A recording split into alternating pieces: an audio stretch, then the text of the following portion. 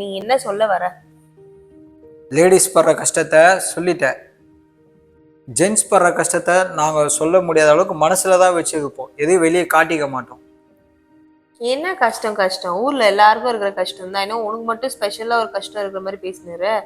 எல்லாருக்கும் தான் கஷ்டங்குது, எல்லாரும் தான் குடும்பம் நடத்துறாங்க, எல்லாரும் தான் ஃபேமிலி ரன் பண்றாங்க. எல்லாருமே ரைட்டு, நீ சொல்றதெல்லாம் வாஸ்தவம் தான், நான் எதுவும் மறுக்கல. என் கஷ்டம் என்னன்னு உனக்கு 1 by 1 சொன்னா மட்டும் புரியுமா புரியாதான்னு எனக்கு தெரியல. நான் சொல்றேன், முதல்ல கேட்கறதுக்கு மனநிலையில நீ இருக்கியா? மனநிலையா? மாசம் மாசம் அதே மனநிலை தான் நான் இருக்கேன், அதே மனநிலை தான். என்ன சொல்ல போற? 16ல் எங்க அப்பாவுக்கு மிகப்பெரிய ஒரு ஆப்ரேஷன் நடந்தது. அதுக்காக வெளியே நான் கடன் வாங்கினேன். பெரிய தொகை, அது பெரிய தொகை. எங்க அப்பாவுக்கு பெரிய ஆப்ரேஷனு, பெரிய தொகை. அந்த கடனை நான் இன்னும் என்னால் அந்த கடனை அடைக்க முடியாத அளவுக்கு எனக்கு அவ்வளோ ப்ரெஷர் இருக்கு.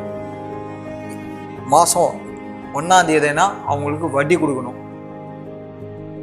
வட்டி கொடுத்துட்டேன்னா அப்புறம் என் பிஸ்னஸ்க்காக நான் பல இடத்துல வந்து சீட்டு போட்டிருக்கேன். அதுவும் என் பிஸ்னஸையும் பார்க்கணும்.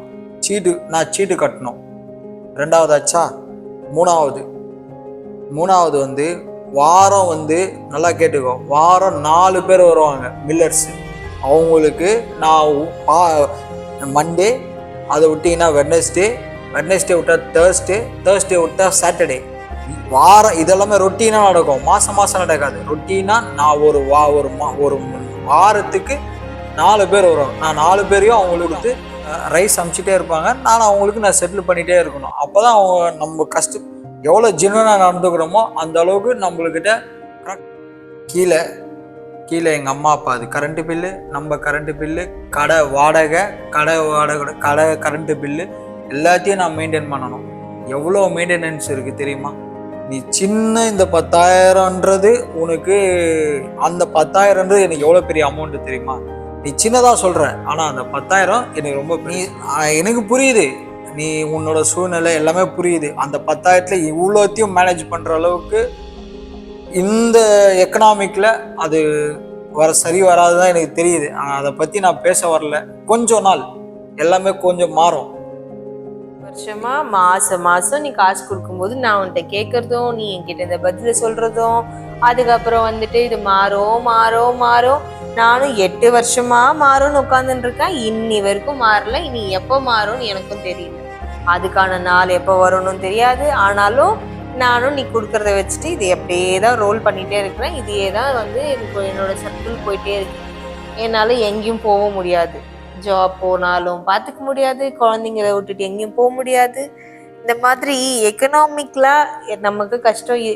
எக்கனாமிக்காக வந்து இந்த காசை வச்சு ஒரு ஃபேமிலி ரன் பண்ண முடியாதுன்னு உனக்கே புரியும், ஊரில் எல்லாருக்கும் புரியும்.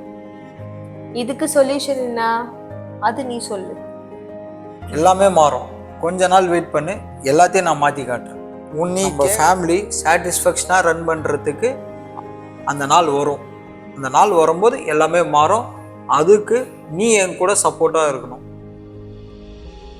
எல்லாமே நம்ம 2 பேரும் அட்ஜஸ்ட் பண்ணி எல்லாமே சப்போர்ட்டாக இருந்தேன்னா, நீ எனக்கு கொஞ்சம் சப்போர்ட்டாக பேக்கப்பாக இருந்தால் அது மட்டும் போதும். 8 வருஷமா சப்போர்ட்டாக பேக் போன்னு எல்லாத்தையும் பார்த்தாச்சு. ஆம்பளைங்க வந்து என்ன பேசிடுவீங்க, கடைசியில் கொடுக்குற காசை வச்சு நீ குடும்பம் நடத்துன்னு சொல்கிறதுக்கு தான் நீங்கள் எல்லாம் இருக்கீங்க. உங்கள் கஷ்டம் நீங்கள் சொல்லிட்டீங்க, புரியுது. அதுக்கு என்ன பண்ண முடியும்?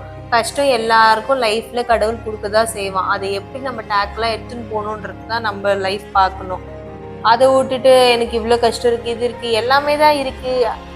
நான் அவன் கஷ்டத்தை புரிஞ்சுக்கிறதுனால ஒன்றும் ஆக போகிறது இல்லை.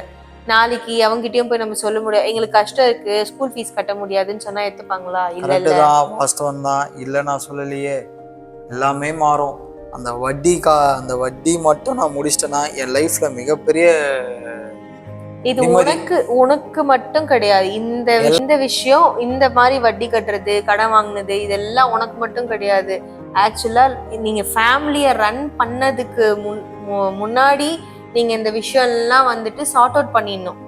ஒரு லைஃப்குள்ள, ஒரு மேரேஜ் லைஃப்குள்ள என்டர் ஆறீங்கன்னா, நீங்க எந்த ஒரு கஷ்டமோ எந்த ஒரு கடனோ இல்லை இந்த மாதிரி எல்லாம் இருந்ததுன்னா உங்க லைஃப் ஃபுல்லா உங்களுக்கு ஸ்பாயில் ஆகும். அது முதல்ல நீங்க புரிஞ்சுக்கணும். அது எல்லாத்தையும் நீங்க வந்து சால்வ் பண்ணணும். நீங்க இன்னும் கொஞ்சம் ஹார்ட் ஒர்க் பண்ணி வேற ஏதாவது பண்ணணும். இது நான் உனக்கு எவ்வளவோ சொல்லிட்டேன்.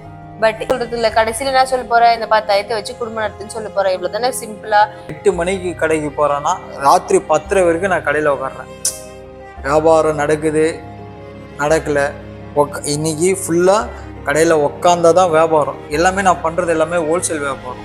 ரீட்டைல் ப்ரைஸ் தான் அதிகமான மார்ஜின் வரும். நான் ஹோல்சேல் பண்றேன். உனக்கு இன்னைக்கு ஒரு இது இவ்வளோ சம்பாரிச்சதான் நான் எல்லாத்தையுமே மேனேஜ் பண்ண முடியும். ஒரு சிப்பை விற்றா எனக்கு ஒரு ரைஸ் பேக் விற்றா 50 ரூபா கிடைக்கும்.